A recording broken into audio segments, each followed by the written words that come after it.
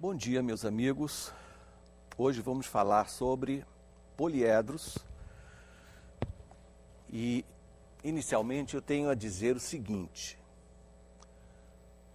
Poliedro é uma palavra que pode ser definida de várias formas, com maior ou menor generalidade. A definição de poliedro, inclusive ao longo da história, não foi unânime.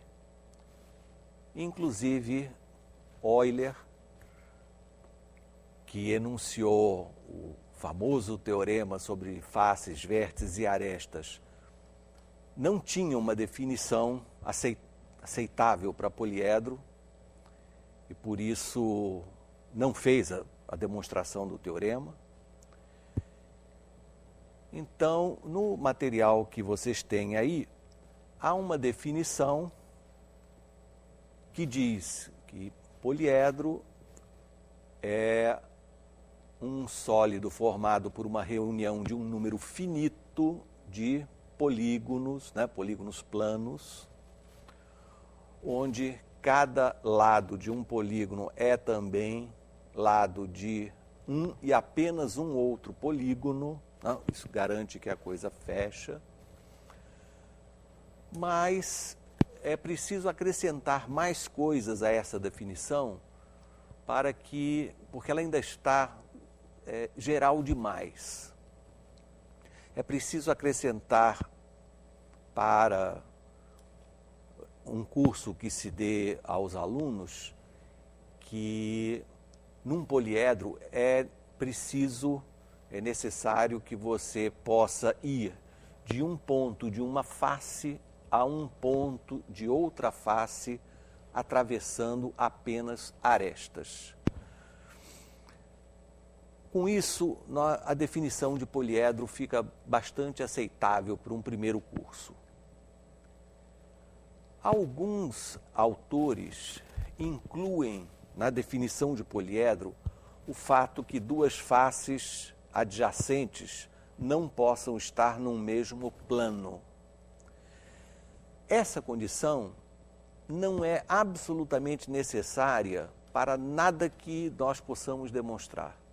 Então eu deixo a critério de cada professor adotar ainda essa restrição, se duas faces adjacentes podem ou não estar num mesmo plano. Eu insisto que isso não faz a menor diferença, por isso eu deixo a critério de cada um incluir essa definição ou não. Aqui você vê, por exemplo, um cubo com a famosa relação de Euler, A mais 2 igual a F mais V, da seguinte forma: as arestas são 12, as faces são 6 e os vértices são 8. Repare que eu posso, se eu quiser, acrescentar uma aresta unindo dois desses vértices. Bem, essa figura, sim, ela tem agora, não se chama mais cubo, é um poliedro. Ele é formado por 5 faces quadradas e 2 faces triangulares.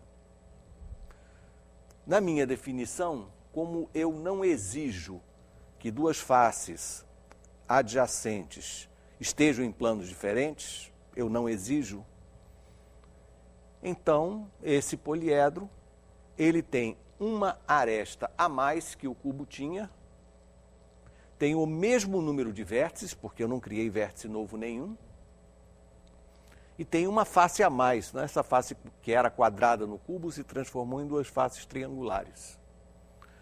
Portanto, nessa relação, este 12, que são as arestas, passa a ser 13, que eu acrescentei uma aresta nova. O número de vértices não mudou e, do outro lado, o número de faces aumentou de 6 para 7. Então, o que ocorre é que, dado um poliedro, a gente percebe que é sempre possível dividir todas as suas faces em triângulos e todos os resultados funcionam exatamente da mesma forma.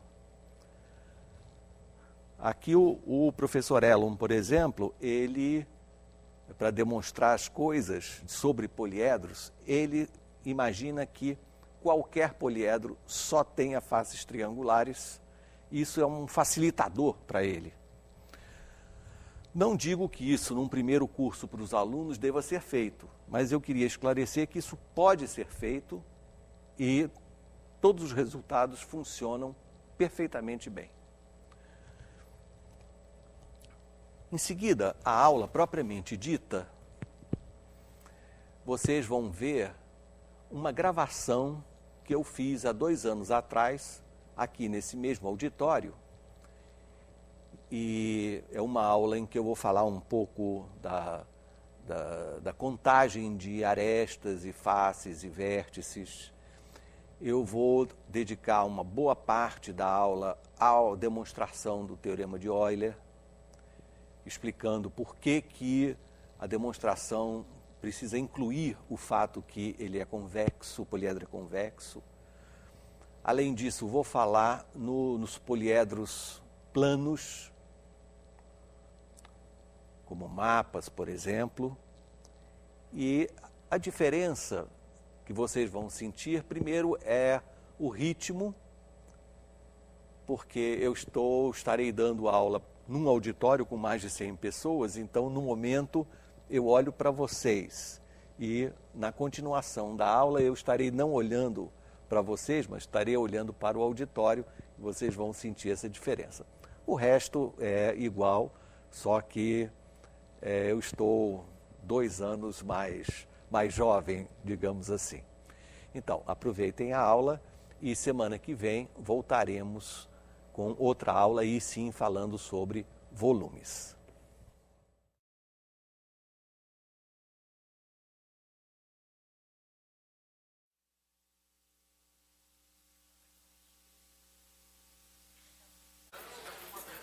Bom dia, então, para todos do Rio e do resto do Brasil também. Vamos falar um pouco sobre poliedros, né? Continuando a sequência das aulas de geometria espacial. Como também, praticamente não é uma aula, é mais uma palestra, porque no tempo pequeno que nós temos não dá para falar tudo que a gente gostaria, isso é um pouco até angustiante. Nunca dá tempo de falar o que a gente planejou. Então, o resto fica para leitura e pesquisa de vocês. Bom, já estão no quadro algumas das figuras que nós vamos estudar.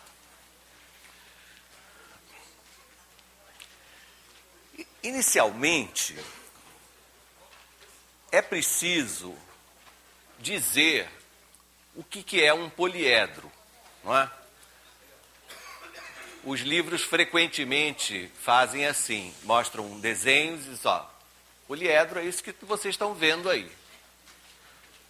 O fato de não existir uma definição com palavras é um complicador, porque para cada nova situação fica quase que o aluno tendo que decidir se aquela nova figura, se é um poliedro ou não. Essa dificuldade, gente, é uma dificuldade histórica. Nós vamos demonstrar aqui o Teorema de Euler, né, das faces, arestas e vértices, e o próprio Euler não demonstrou aquilo que descobriu, o V mais F igual a A mais 2, né? Porque Euler não tinha uma definição, ele não sabia o que era um poliedro direito.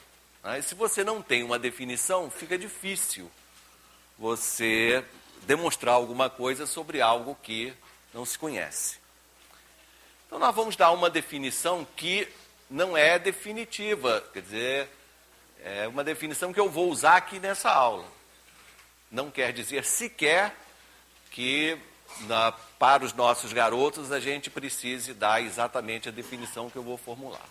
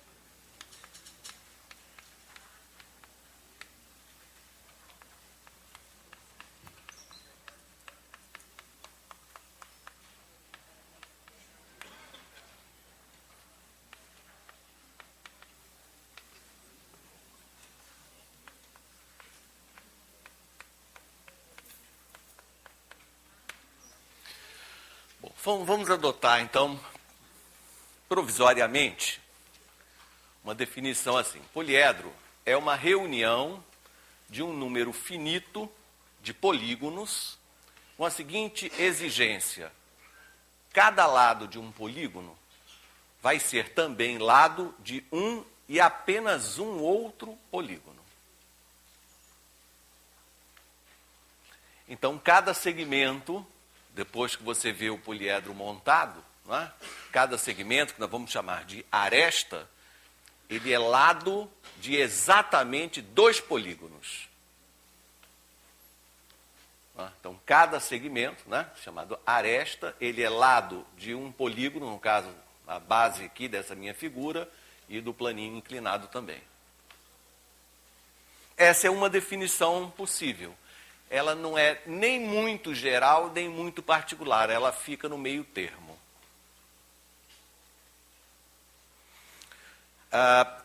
Com essa definição, coisas esquisitas ainda podem acontecer. Um bloquinho desse daqui é um poliedro, certo? Um outro bloquinho desse aqui é um poliedro também.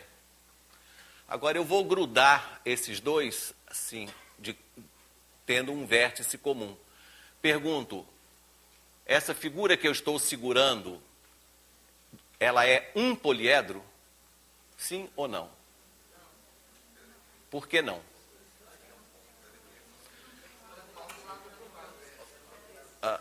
Vamos lá.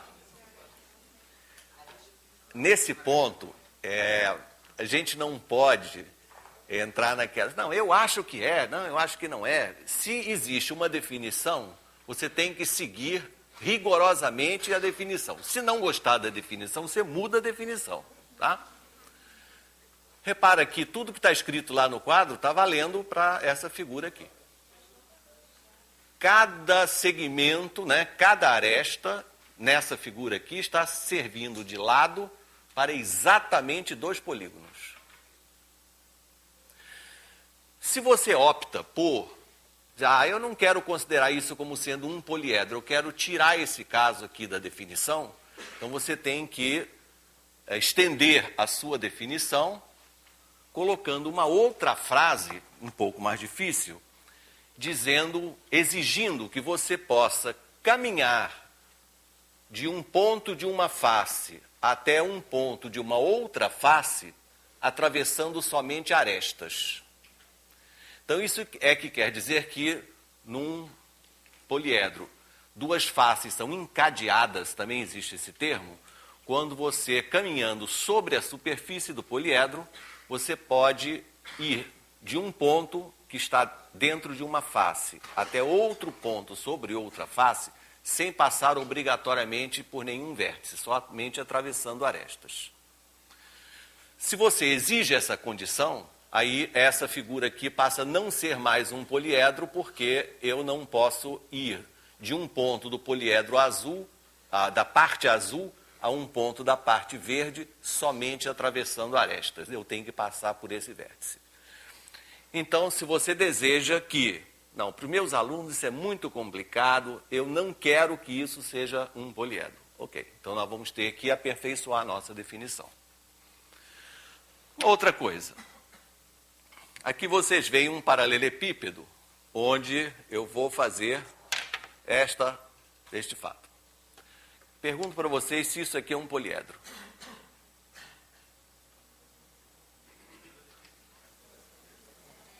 Pela definição é. Estão no achismo. Essa face que você, essa região plana aqui que você está vendo, isso aqui é um polígono? Não. Não é um polígono. Então, isso, de acordo com essa definição, isso aqui não é um poliedro. Então, veja, é uma coisa extremamente difícil lidar com um poliedro, porque depende da definição que você adota. Eu quero que isso aqui seja um poliedro, eu quero. Então, você tem que mudar a definição e tirar a palavra polígono e botar uma região, enfim, inventar algum nome para considerar que essa parte aqui seja considerada face. De acordo com aquela definição, isto aqui não é poliedro. Agora, vamos supor que eu, com a minha caneta, eu vou criar arestas. Assim. Fiz isso tanto na parte da frente quanto na parte de trás. Então, agora, o que não era um polígono, agora isso daqui é formado por 4 polígonos. E na parte de trás também.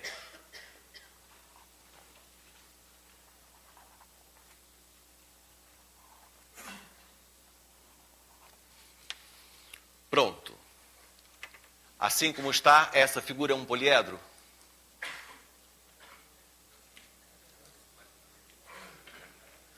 Já sei. Ah, mas então essas tem faces que estão no mesmo plano. Faces podem ficar no mesmo plano? Sim ou não? Por que não? Onde é que está escrito que não pode? Está vendo como é difícil? Então, se você não deseja que figuras que estejam no mesmo plano, vizinhas, você tem que dizer isso na definição. Não é permitido que 2 faces estejam no mesmo plano. De acordo com a definição que está lá, agora isto é um poliedro que tem 4 faces deste lado, 4 faces deste lado, 4 faces em volta e mais 4 faces no interior. Este poliedro, de acordo com a minha definição, possui 16 faces quadrangulares. Cada face é um quadrilátero e são 16 faces. Agora sim. Então, essa preleção inicial é para que você tenha assim, consciência que poliedro é um assunto extremamente difícil e não pode ficar a critério do aluno a questão do achismo. Ah, eu acho que é. Aí o professor, não, mas eu acho que não é, com argumentos que não estejam escritos antes. Então, faces que estão no mesmo plano ou não estão no mesmo plano, depende da sua vontade. A definição você adota e, uma vez adotada, tem a obrigação de segui-la em todas as aulas sobre poliedros. Tá? Então, nós vamos adotar essa definição, que, como eu disse, não é uma definição das mais gerais, mas também não é muito particular. Vamos fazer a contagem das arestas.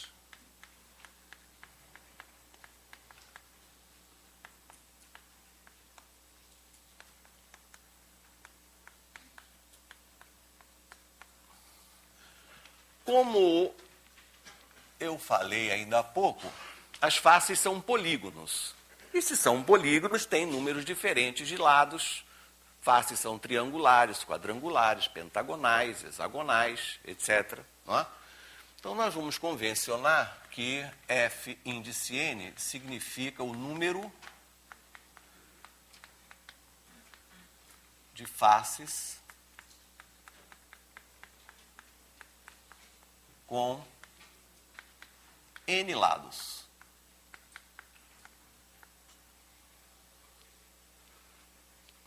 Então, F3, F índice 3, significa a quantidade de faces que são triângulos. Por exemplo, nesse poliedro você enxerga 2 triângulos, 2 faces triangulares. Tá? Então,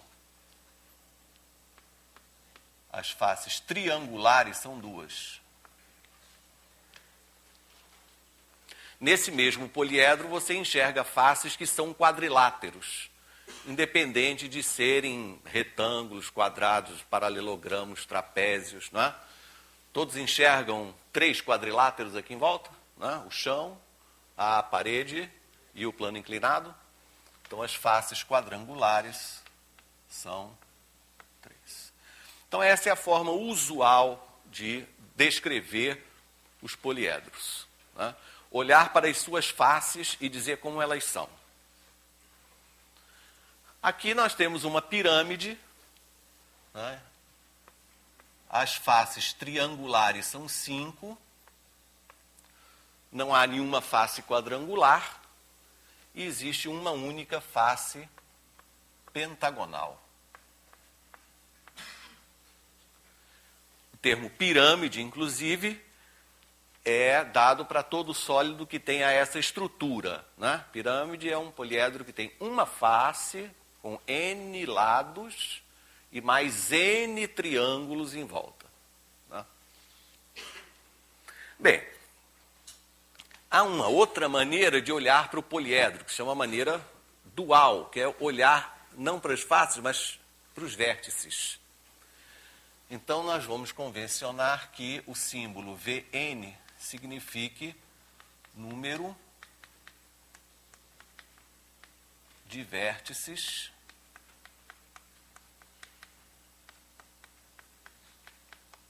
com N arestas.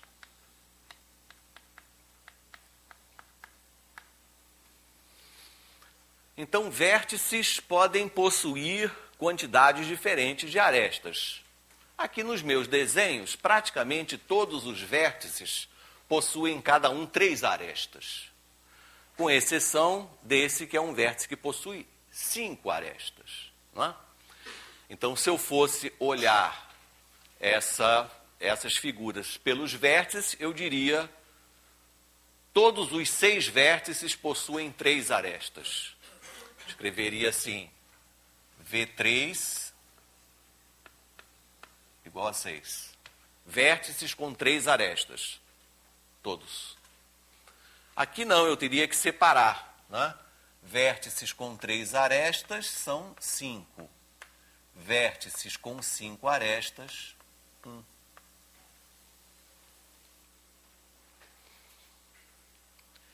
A pirâmide é um sólido que é dual dela própria. Aliás, esse termo eu vou também evitar falar hoje porque tem um monte de conceitos relacionados. Mas, repare o seguinte, imagina que eu desmonte esse primeiro sólido. Separe as suas faces. Aqui no rascunho, para ninguém ver, eu tenho, portanto, 2 triângulos e 3 quadriláteros. Então, aqui você tem as figuras que formam aquele primeiro sólido. E vamos imaginar que nós vamos, então, contar as arestas olhando para o poliedro desmontado. O poliedro desmontado, se eu contar as arestas, eu vou contar assim, 3 mais 3, 6, mais 4, 10, mais 4, 14, e mais 4, 18. Está certo dizer que esse poliedro tenha 18 arestas? Não. Se você olhar para cá, quantas arestas você vê? Conta aí as arestas do poliedro montado. Você vê 9. Então aqui eu vejo 9, lá eu vejo 18. O que está acontecendo? Uma contagem dupla, não é verdade? Porque não está escrito na definição que cada aresta serve de lado para exatamente 2 polígonos? Não é? Então, se eu contar as arestas olhando as faces separadamente, eu estou achando sempre o dobro do número correto de arestas. Então, como é que a gente escreve isso? Se eu pegar 3 vezes o número de triângulos, mais 4 vezes o número de quadriláteros, mais 5 vezes o número de pentágonos, etc., até esgotar, não é? Então, essa é a contagem que eu fiz aqui. O número de triângulos vezes 3, o número de quadriláteros vezes 4 e assim por diante. Essa contagem dá exatamente o dobro do número de arestas. Agora, eu posso querer contar as arestas olhando para os vértices. Imagine que uma formiguinha quer contar as arestas dessa pirâmide, mas ela só consegue olhar para um vértice de cada vez. Então ela chegou nesse vértice e contou 3 arestas. Aí veio para cá, contou mais 3. Mais 3, mais 3, mais 3. Então ela contou 3, 6, 9, 12, 15. Aí subiu lá em cima, contou mais 5, 20. Essa pirâmide tem 20 arestas? Não, tem quantas? Tem 10, mas a formiguinha contou 20. 3, 6, 9, 12, 15, mais 5, 20. Formiguinha contou 20 e você está dizendo que são 10. O que houve? Contagem dupla de novo, né? Nesse caso, se você conta as arestas olhando para os vértices, você conta a mesma aresta numa extremidade e na outra. Então, essa dualidade sempre existe, não é? Cada aresta, ela faz parte de duas faces, não é? E cada aresta também possui 2 vértices. Então, se eu fizer a mesma contagem desse tipo, 3 vezes os vértices de 3 arestas, mais 4 vezes os vértices de 4 arestas, mais 5 vezes os vértices de 5 arestas, etc., até acabar, novamente eu obtenho o dobro do número de arestas. Vê. Isso. Muito bem. Essa contagem pode ser feita em qualquer figura, né? Qualquer poliedro, não depende de mais nada.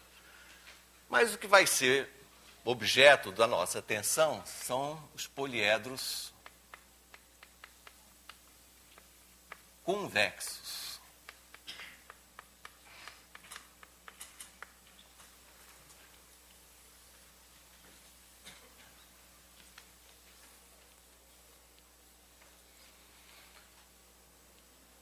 Bom, eu vou adotar como definição para poliedro convexo a seguinte definição, vou escrever de forma abreviada. A reta R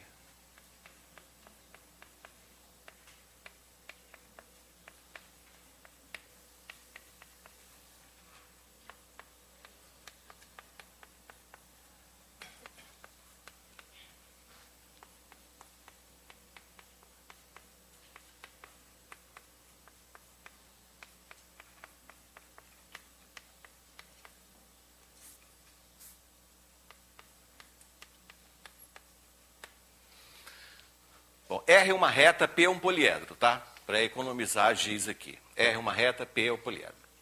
R não está no plano de nenhuma face de P.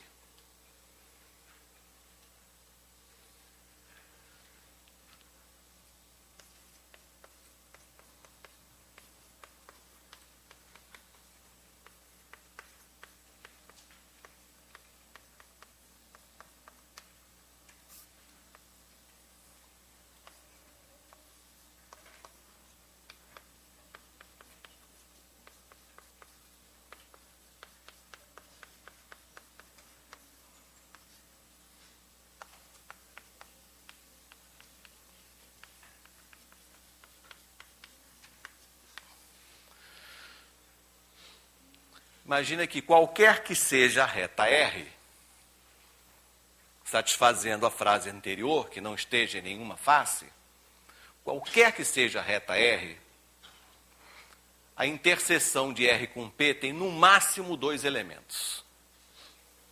Se isso acontecer, eu digo que P é convexo.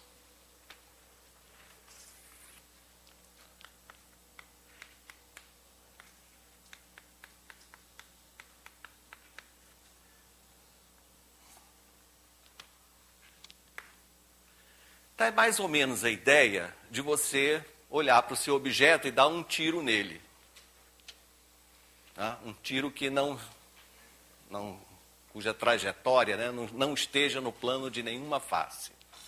Então, você pode errar o tiro, você pode tocar numa aresta, ter um ponto comum, você pode furar o poliedro em exatamente 2 pontos.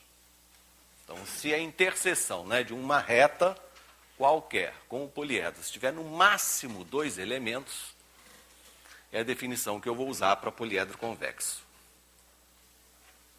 Há outras, equivalentes. Por exemplo, nós dissemos que um poliedro é convexo, uma outra definição é quando, se eu considero o plano que contém uma face, então todo o poliedro está num mesmo semi-espaço, né? Qualquer plano que contém uma face deixa o poliedro no mesmo semi-espaço. É uma outra definição de poliedro convexo. A mais comum que está nos livros é quando ele diz assim, bom, o poliedro ele define uma região interior, tá certo? Cada vez que eu pego 2 pontos, né, no interior do poliedro, se o segmento que liga esses 2 pontos estiver sempre contido no interior do poliedro, o poliedro é convexo. Essa última definição que eu falei é a mais comum nos livros, mas curiosamente, que tem menos utilidade. Essa de dar o tiro e verificar que, qualquer que seja o tiro, você só tem, no máximo, 2 pontos em que você atinge o poliedro, né? É a que mais útil para mim.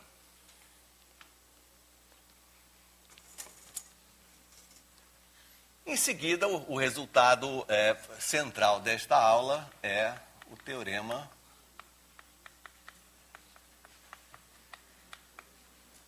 de Euler.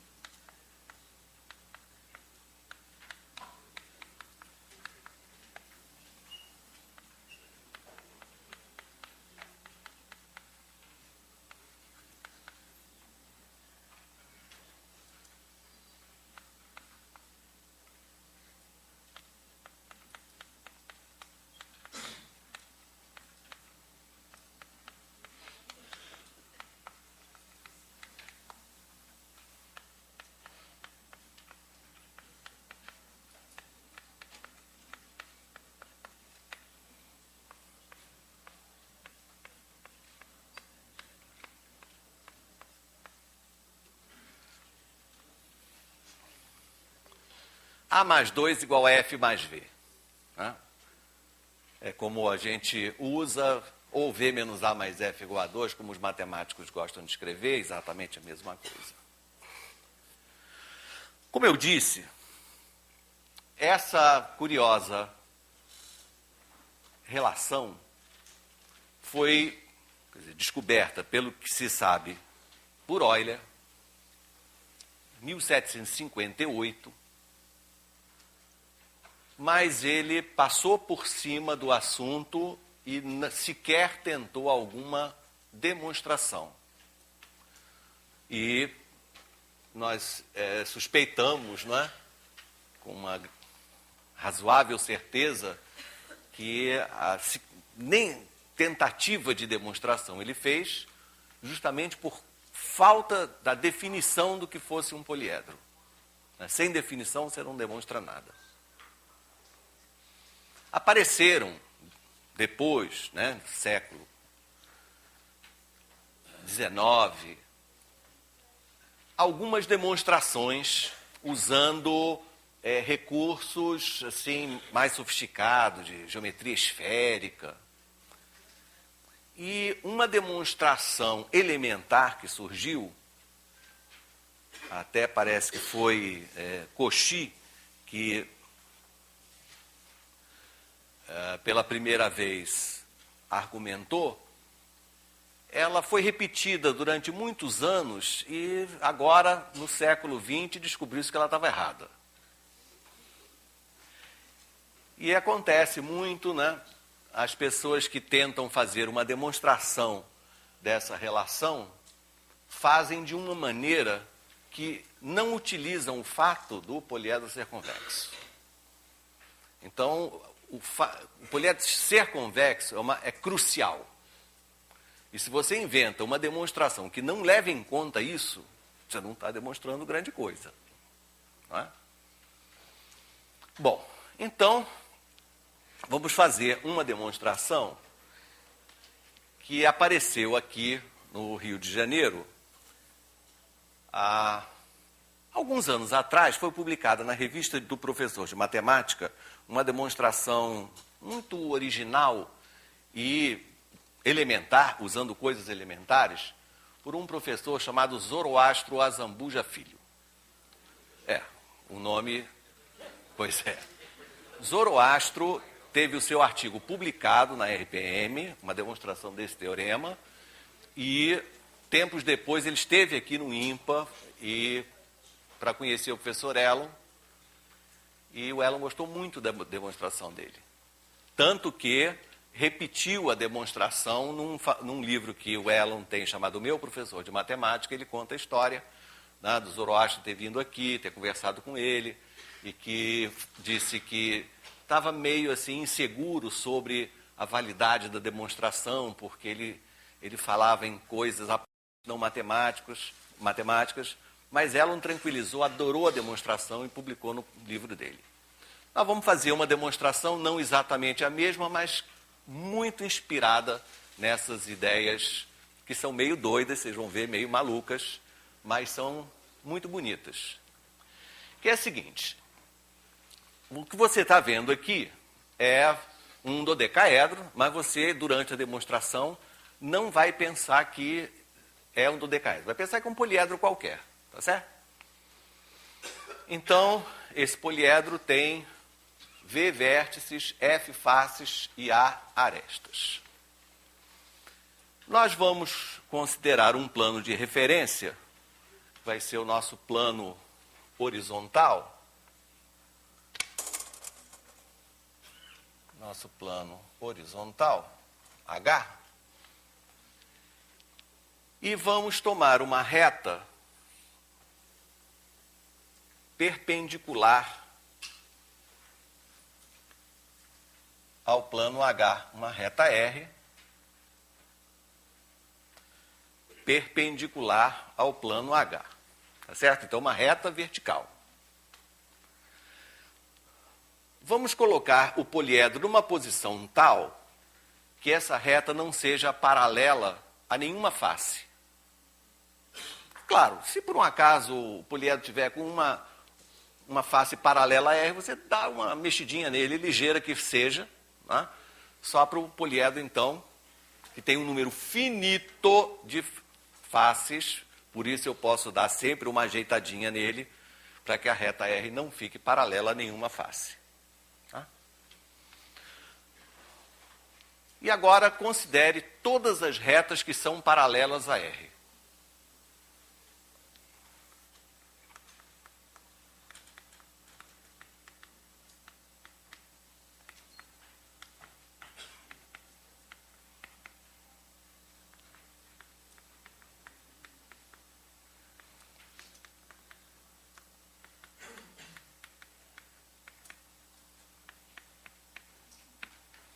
Todas as retas paralelas a R. Então, você tem uma quantidade enorme de retas, todas aqui paralelas a R, intersectando esse poliedro aí. Zoroastro teve uma ideia muito bonita, que ele diz assim: imagine o Sol a pino.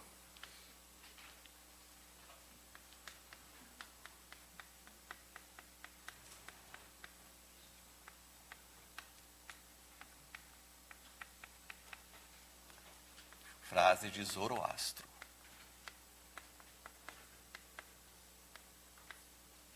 Então, os raios solares são as retas que são paralelas a R.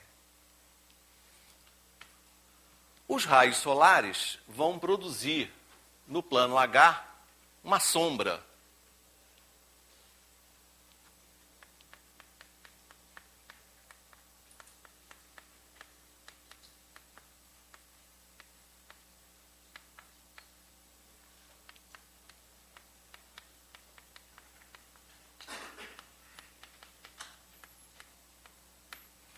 Há uma sombra do poliedro no plano H. Que nada assim muito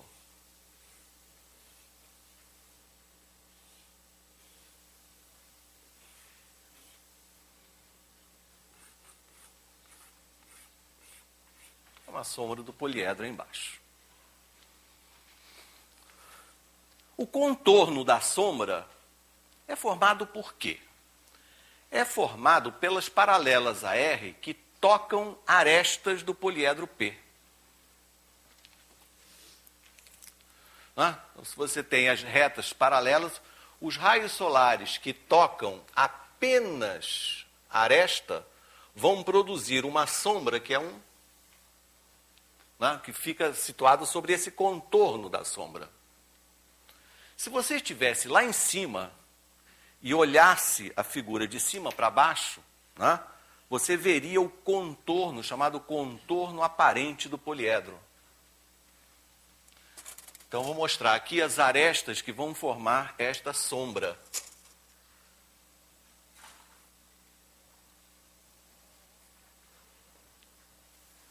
Então, as arestas que estão sendo pintadas de vermelho formam o que eu vou chamar de contorno aparente do poliedro para quem está lá em cima.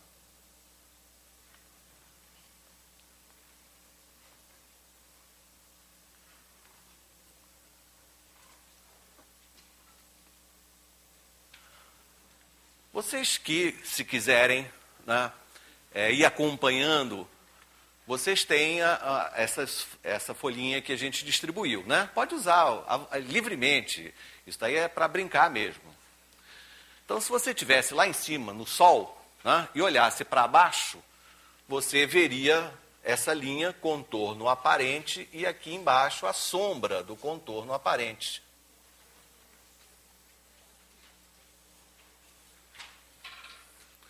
Contorno aparente, vou chamar de K, e a sombra K'.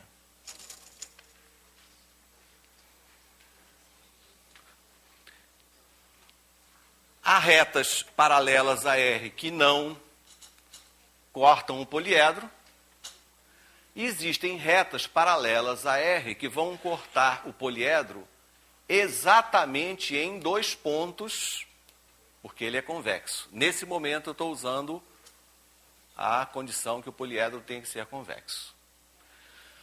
Então, os raios solares, as retas paralelas a R, que atingem o poliedro,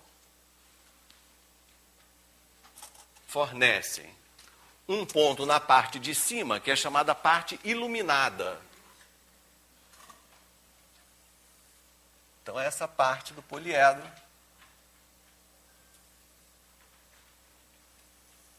amarelinha, é a região que o Sol está batendo nela. É a parte iluminada. Pega aí a sua caneta Pilot amarela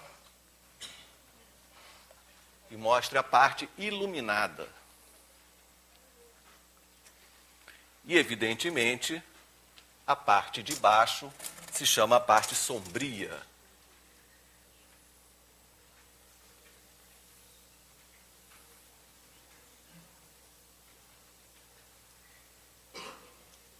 É romântico, Iluminado e sombrio. Então, o poliedro fica assim, iluminado pelo Sol. O contorno aparente, a projeção do contorno aparente, uma parte iluminada e a parte sombria. Bem, e agora? Agora nós vamos fazer o seguinte. Vamos calcular a soma dos ângulos internos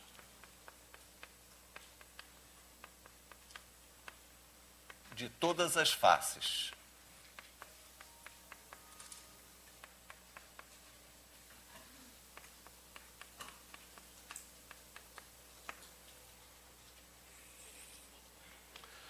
Bem, o que isso tem a ver com o teorema de Euler? Tem tudo a ver. Vamos numerar as faces de 1 até F.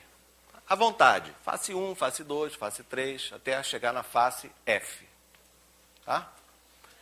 Então, vou chamar de NI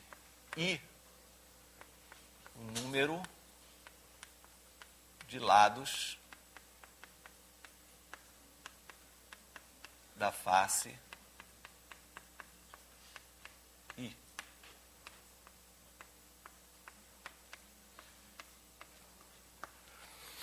I de 1 a F. Ora, cada face é um polígono. Em particular, se o poliedro é convexo, as suas faces são polígonos convexos. Todo mundo lembra quanto dá a soma dos ângulos internos de um polígono convexo? 180 graus, que multiplica n-2, onde n é o gênero, o número de lados daquela face. Então, se eu fizer isso para todas as faces, eu vou ter 180 graus, que multiplica número de lados da face 1 menos 2, 180 n menos 2, para a primeira face. Para a segunda face, 180 graus, que multiplica n menos 2. Então, estou somando, né? Fazendo uma conta simples de soma dos ângulos internos de polígonos. 180 graus, que multiplica o número de lados da face F menos 2. Somei todos os ângulos aqui na figura, tá? Somei esse ângulo com esse.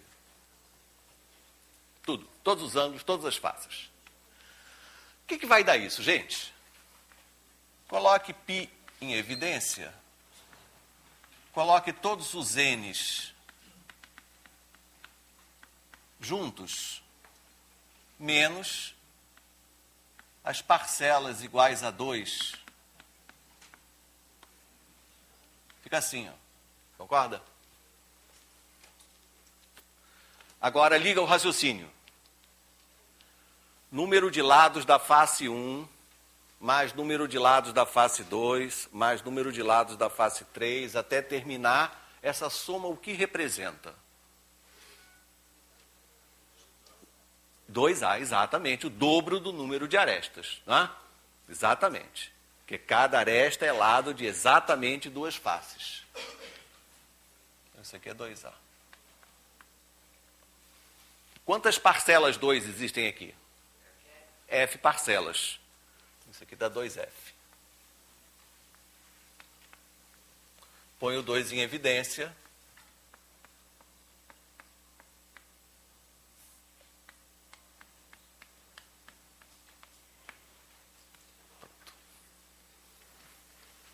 Está indo, né?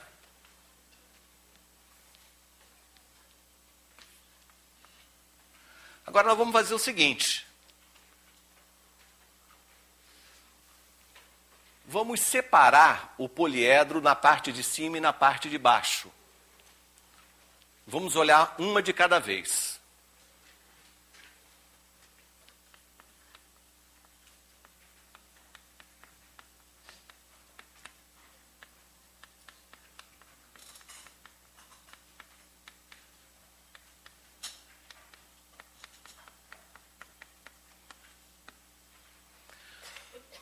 Então, esqueçam a parte de baixo, olha só para o contorno e para a parte de cima, que está iluminada, e olha para a projeção no plano H. O que você vê? Você vê, naturalmente, o contorno, né?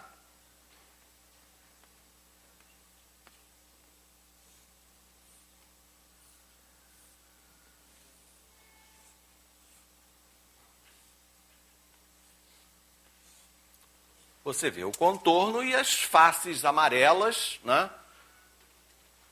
Dentro desse contorno.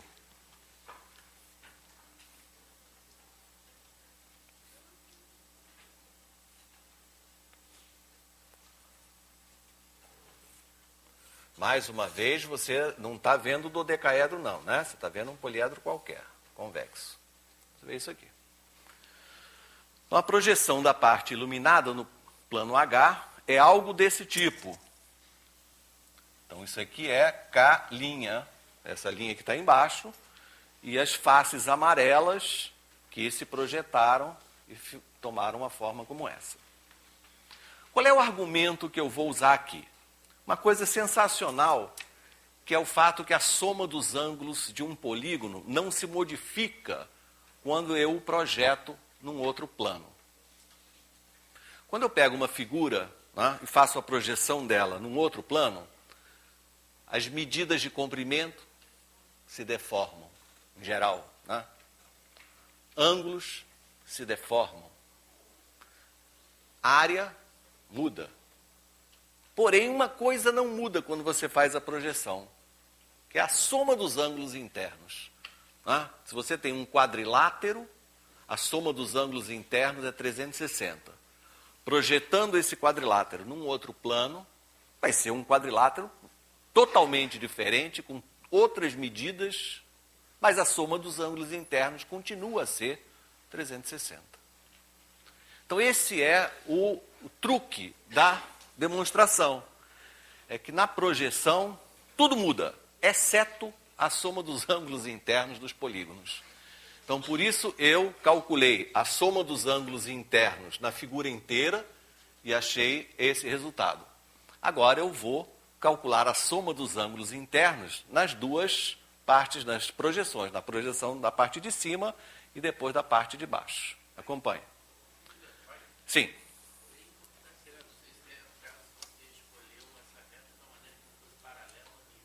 Não, isso, repara bem, eu falei antes, né? Então a reta R é vertical, é perpendicular a H, e eu tive o cuidado de posicionar o poliedro de tal maneira que não exista nenhuma face paralela.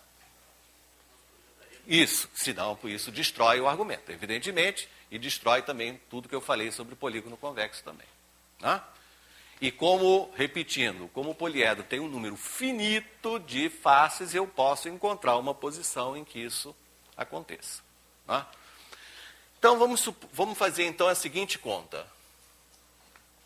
Vou chamar V0 igual ao número de vértices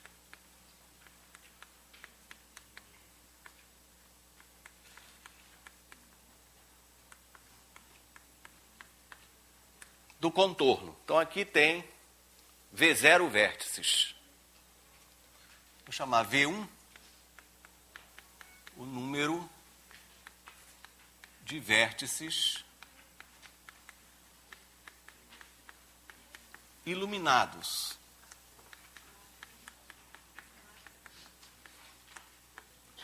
E V2 o número de vértices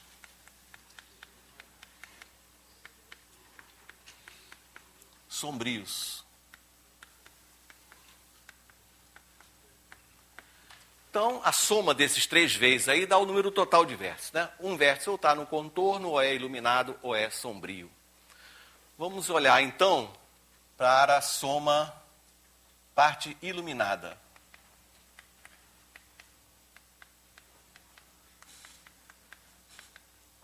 Vamos somar os ângulos internos, todos que eu tenho aqui.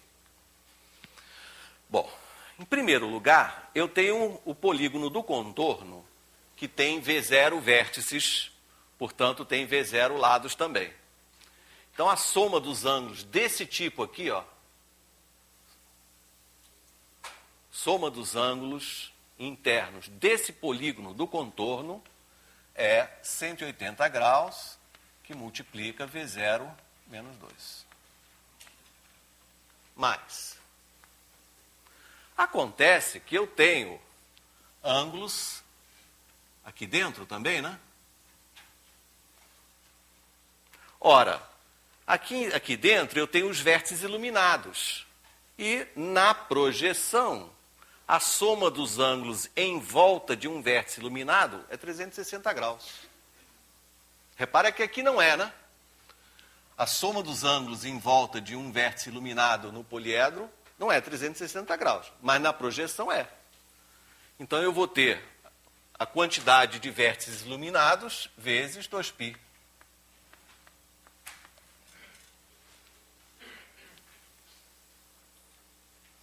Então, com isso, eu somei todos os ângulos que estão nessa figura. Agora, a mesma coisa, não vou precisar repetir, para a parte sombria.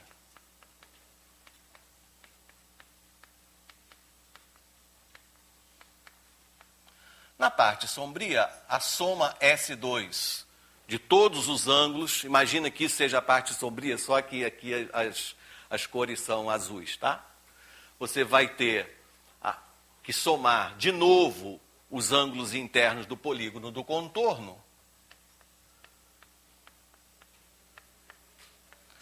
mais 2π vezes o número V2 de vértices sombrios.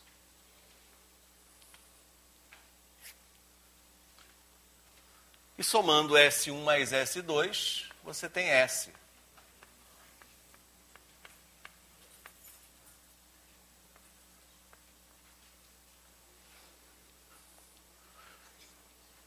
Olha o que acontece. 2πV1, 2πV2, e tem essa soma aqui que é igual, né?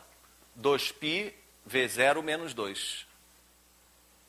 Então você vai ter com 2π em evidência,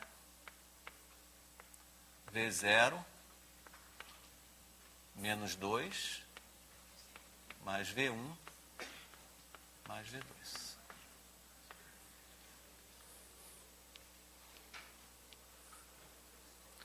Ora, V0 mais V1 mais V2 é o número total de vértices. Então, de novo, a soma dos ângulos internos de todas as faces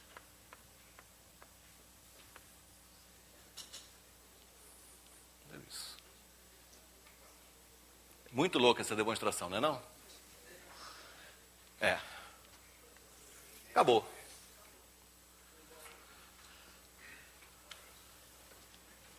V menos, igualando, V menos 2 é igual a menos F.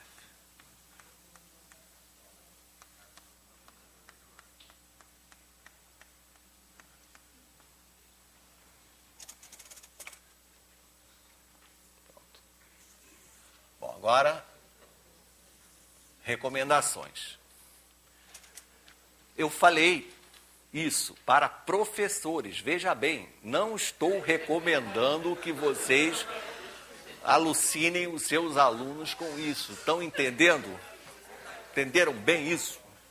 Bom, qualquer professor tem que saber a essência daquilo que está ensinando, tá? Cada professor precisa saber muito mais do que aquilo que vai simplesmente ensinar. Onde é que... E nenhum professor pode se sentir seguro se ele fala em A mais 2 igual a F mais V e ele não sabe de onde isso vem. Aí começa aquela história, mas professor, por que é? É uma regra, é uma lei? Foi decretado, alguém decretou isso. Tá? Então estou fazendo essas coisas para professores. Então essa é a demonstração mais elementar que existe, que eu conheço. Né? O que ela usa? Ela usa a soma dos ângulos internos de polígono, ela usa projeção, o incrível fato que a soma dos ângulos internos não se modifica quando você projeta uma figura num outro plano. E o mais incrível ainda é que esse 2 aqui tem a ver com esse 2 aqui da soma dos ângulos internos de um polígono. É o mesmo 2 que foi se propagando, né, nessa demonstração. Bem, claro que, como disse Luciano, não vai dar para terminar, mas nós vamos fazer agora, nós vamos ver umas figuras. Agora eu quero projetar.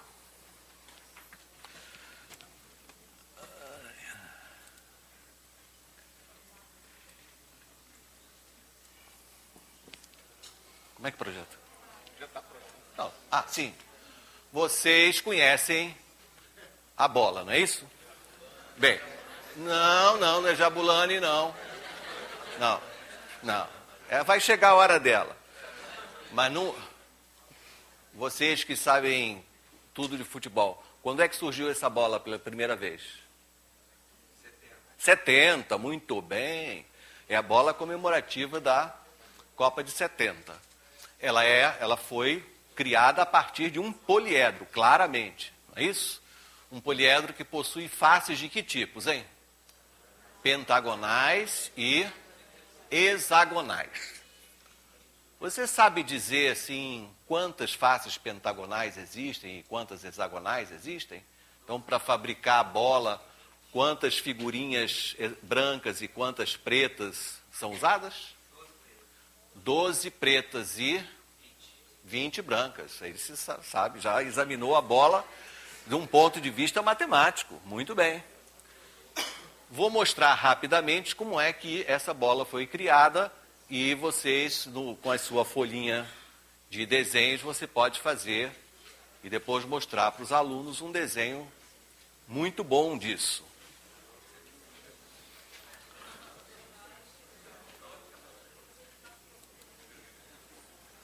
Você vê aqui a figura do lado direito, sabe como é o nome daquilo? Um icosaedro. O icosaedro, quantas faces tem? 20 triângulos, né? Olha para os vértices do icosaedro. Quantos vértices são no icosaedro? É fácil contar. Quantos vértices tem no icosaedro? Em cima não tem uma pirâmide? Tem. Uma pirâmide pentagonal? Então, isso. Tem. Cada pirâmide tem 5 na base, mais o polo norte, e embaixo, de cabeça para baixo, mais 5 e o polo sul. São 12 vértices, tá? Agora imagina o seguinte, liga aí a criatividade. Você, a partir de um vértice, está vendo aqui, você caminha sobre cada aresta 1/3 do seu comprimento. A partir do vértice, caminhe sobre cada aresta 1/3 do seu comprimento. E passe um plano pelas extremidades.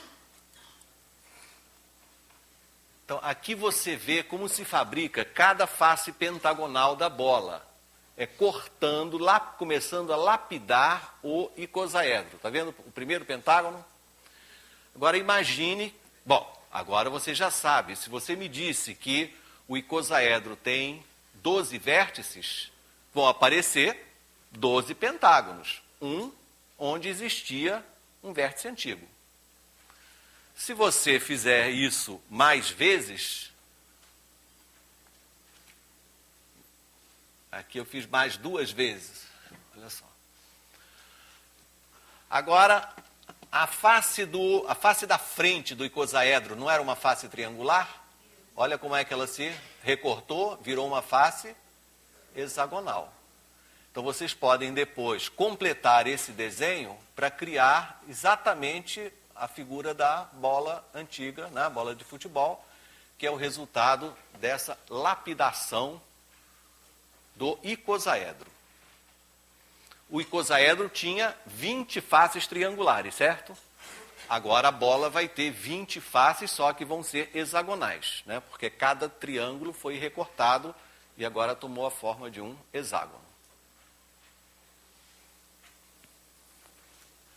Então, essa aí é a geometria da bola antiga. Agora, bom, essa é a bola antiga, aí está. Aí está a Jabulani, né? Como será a geometria da Jabulani? Como é que ela foi inventada? É difícil ver porque a pintura estraga tudo que a gente deveria ver, né?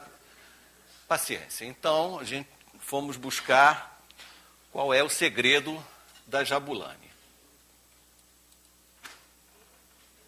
E vocês vão ver agora em primeira mão. Assim é feita a Jabulani. Ela possui essa face da frente. Conta aí que tipo de face é. É uma face hexagonal. E ao lado das faces hexagonais tem umas outras faces que nesse desenho não dá para ver muito bem. Esse daqui quase que dá para ver. Mas são faces triangulares. São, na verdade, 4 faces hexagonais e 4 faces triangulares. Tem mais um desenho aqui que ainda não vai dar para você ver completamente. Aí a geometria famosa. E agora eu vou mostrar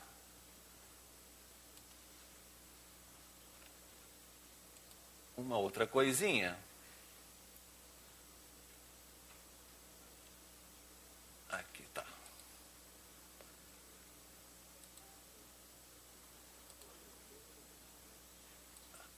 Aqui você vê, ó, a face triangular da Jabulani, tá vendo? E a face hexagonal.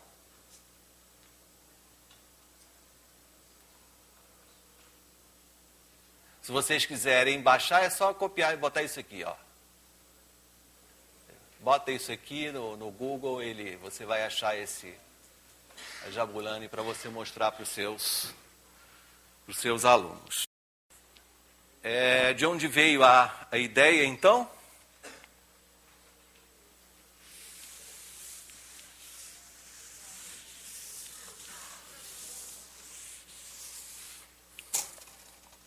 Como você viu na bola anterior, havia um poliedro e a partir do poliedro regular é uma beleza para fazer bola, não é?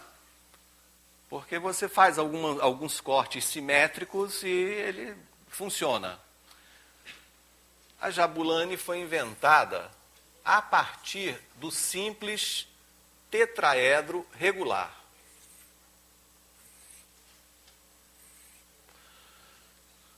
Pegue um tetraedro e faça a mesma coisa da bola anterior. Você caminha 1/3 do comprimento de cada aresta e corta.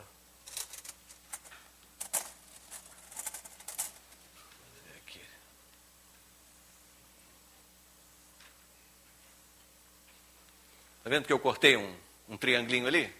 Essa vai dar origem a essa face vermelha que você está vendo aí.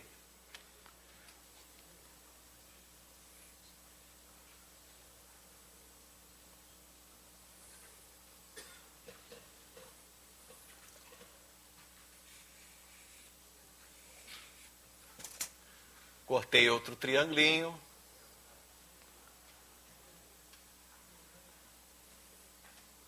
Cortei um terceiro. E cortei o quarto. Aqui.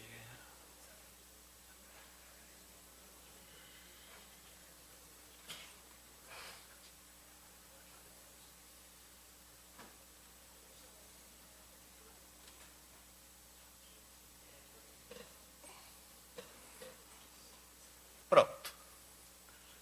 A Jabulani ela foi inventada a partir desse poliedro. Agora você imagina que as faces sejam películas de borracha, coloca ar comprimido lá dentro, né? E faz ele inflar. Estou simplificando o processo, tá? Estou simplificando bastante, porque o Paulo César reparou que as arestas não vão se transformar em arcos de círculo máximo, não. Eles deram uma ajeitada por alguma questão de fabricação, né? Mas a essência, a geometria da Jabulani é feita a partir dessa figurinha aí.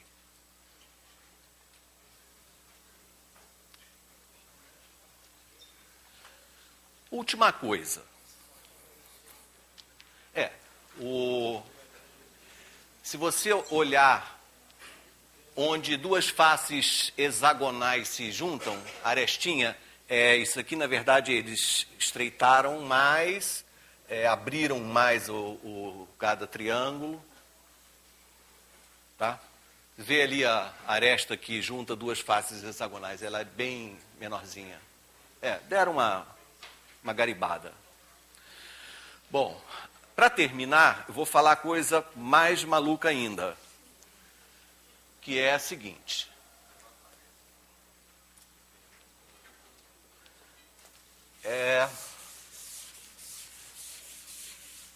pegue um poliedro convexo, tá? Mas faça a mente bem aberta agora. Pegue um poliedro convexo, tá? Toque uma mantra interior.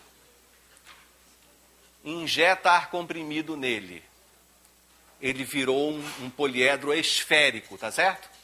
Mas as faces, é como uma bola. As faces estão lá, os vértices estão lá, verdade? Muito bem. Agora faça o que eu vou pedir para você fazer. Pegue um ponto que esteja no interior de uma face. Um ponto. Faça um furo nesse ponto. Pegue esse furinho e começa... Lembra que o seu poliedro é de plástico, de borracha, infinitamente esticável.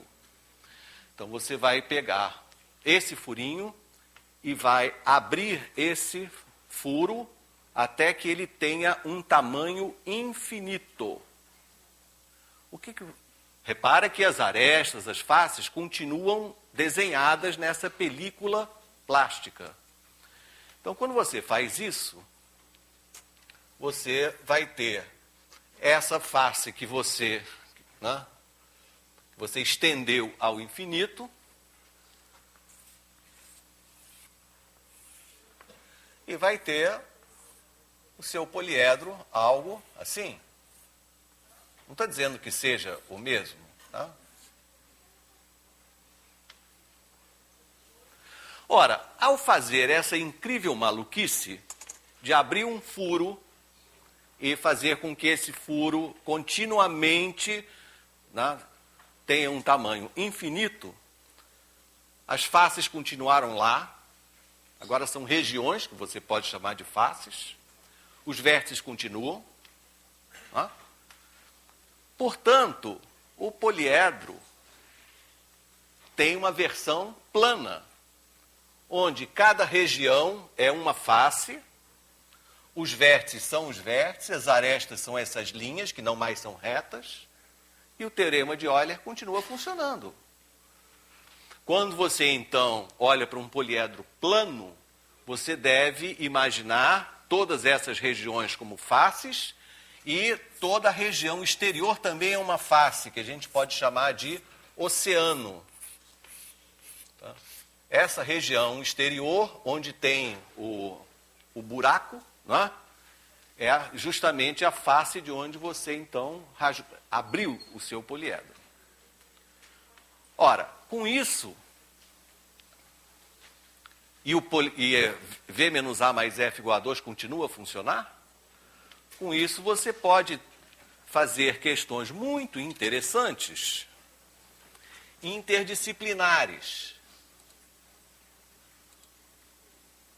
Por exemplo, cadê o... Não funcionou. Calma. Como? Calma nada. Ah, sim. Olha só. Você pode olhar para mapas com uma nova visão agora. São poliedros planos. Aqui eu estou mostrando as regiões brasileiras, tá? E você deve imaginar que tudo que está fora do Brasil é oceano. Então você submergiu a Argentina. Tá certo? Então, tudo que está fora do Brasil é uma face chamada oceano. Então, por exemplo, se você olhar para a região 1, face 1, quantos vértices você enxerga na face 1? Vamos olhar para os vértices. Tem um aqui, né? 1, 2, vai ter um terceiro, quarto, quinto. Então, a região 1 é uma face pentagonal. E a região 2? Então, você vai ter um vértice aqui, tudo isso aqui é aresta, né? Aresta, vai ter um segundo vértice lá, 3, 4, é uma face quadrangular. A face 3, essa verde aqui, ó, vamos começar com esse vértice daqui, olha, tudo isso daqui é uma aresta só, vai ter um segundo vértice nesse ponto e um terceiro vértice aqui. A região 3 verde é uma face triangular. Região 4, vamos começar aqui de baixo. Um vértice, 2, 3. Claramente, um quadrilátero essa região 4. E a região 5? Tem um vértice aqui onde eu estou apontando, segundo vértice, terceiro e nada mais. Tudo isso daqui é uma aresta só. Então, a região 5 tem 3 arestas, 3 vértices, 3 arestas. Quando vocês forem analisar, então, mapas sobre esse ponto de vista, não se esqueça que existe uma face que é tudo que está no exterior, que é chamado oceano, né? E que é mais uma face também. Vocês vão, então, verificar a relação de, olha, as arestas, vão ver os pontos que são comuns a 3 regiões e assim por diante. Tá? Hoje, mais tarde, vocês vão ter ocasião, nos exercícios, eu coloquei um mapa da região Nordeste para a gente identificar essas coisas nos poliedros planos. Tá? Ok, foi meio corrido, desculpe então, mas farei algumas coisas.